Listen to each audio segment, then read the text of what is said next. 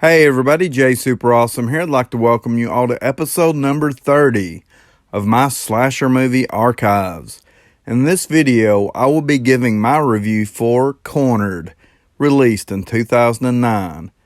When you wish evil on someone, evil might be listening. Face the evil. Okay, so getting into the plot for this one. Los Angeles is on lockdown as a new breed of serial killer roams unstoppable through the night. After gruesomely torturing his victims, the killer finishes them off in morbidly creative ways, while closed-circuit cameras captures the grisly details. Once satiated, he steals their surveillance tapes as personal souvenirs. Now he's trapped the deviant employees of a local supermarket inside their own store. One by one, they are brutally murdered until the survivors must decide to run or fight back against the ultimate face of evil. Okay, so getting into my thoughts for this one. Cornered is a pretty basic slasher movie. This is pretty standard stuff all across the board.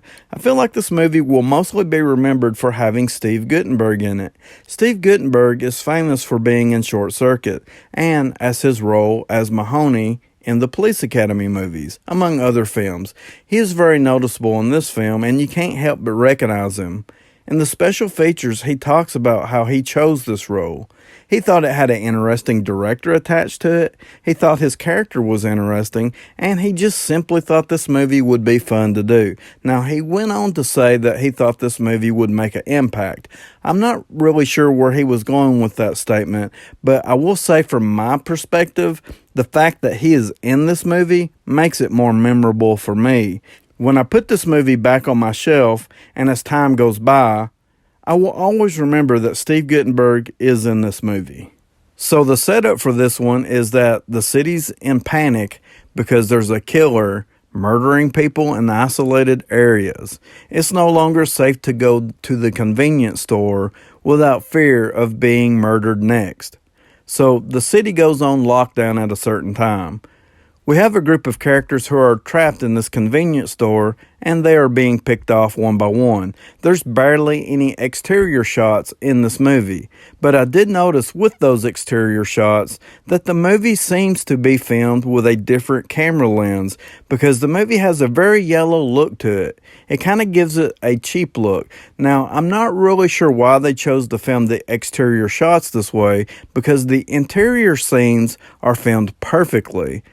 There's clearly a noticeable difference. It doesn't hurt the movie at all. I'm just simply pointing out details that I noticed. Now, I have said this before. To me, slasher movies don't have to be overly complicated for me to enjoy them. Of course, I do enjoy it when something new is brought to the table, but a slasher movie can have a very simplistic setup, and I can still find it to be fun and entertaining. And I have to say that I did enjoy this one, even with this being very basic stuff. The movie has a easy, well-executed story to follow with a fun little twist at the end.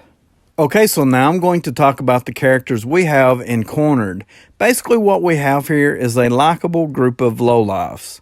And I say likable because of the chemistry between the characters. Even though they are not all family, they still seem to be a bond between them, in spite of all their differences. We have Steve, who is the store owner, who tolerates much more than what he should from his employees and his thieving customers. After store hours and the store has been boarded up, Steve enjoys playing poker and having these bonding moments with his friends and employees. Danny and Jimmy both work for Steve. Jimmy is a coming down drug addict, and Danny is a likable donut destroyer who has a thing for Jess, who is a prostitute that works outside of Steve's store. We also have Mona, who enjoys her 5-finger discounts in Steve's store. Mona also works for one of those nasty phone sex hotline services. And finally, we have Steve Guttenberg's character. He plays as Morty, the delivery guy. He delivers product to different stores in the area.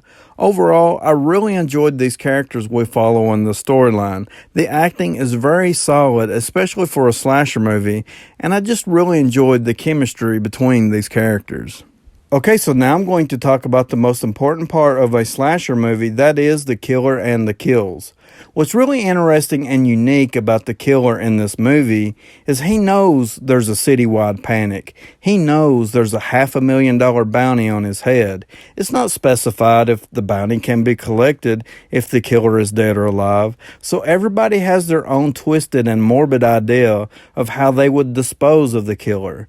So the killer uses that to turn the table. So whatever idea each person comes up with to kill the killer, that's exactly how they themselves are murdered. So I thought that was pretty clever. I also really like how the killer knows he's being recorded. At the end of each killing spree, he takes the tapes as his own personal souvenirs. I thought that was a pretty neat touch and added some character to the killer.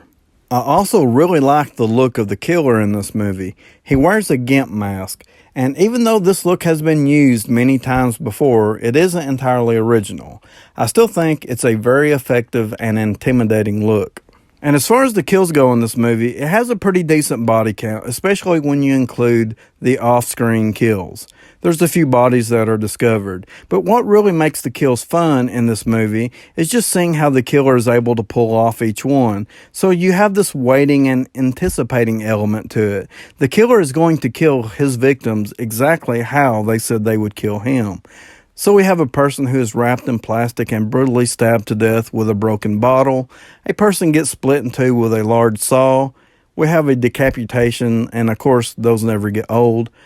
A person gets ice cream cones jabbed into their eye sockets. Ouch. Overall, I really enjoyed Cornered, even though the basic structure of the movie is pretty simplistic and we only have one isolated location for the entire movie. There's still a lot of little fun details that make it entertaining. I'm definitely going to recommend this one. There's also a nice little twist at the end. IMDb give Cornered a 4.3 out of 10. I'm going to give it a 7 out of 10. Remember, evil never dies. It just rests a while. It watches, it waits. Please like, subscribe, comment below. Let me know if you have seen Cornered, or just let me know what you think about my video. And as always, I would like to thank you all for watching.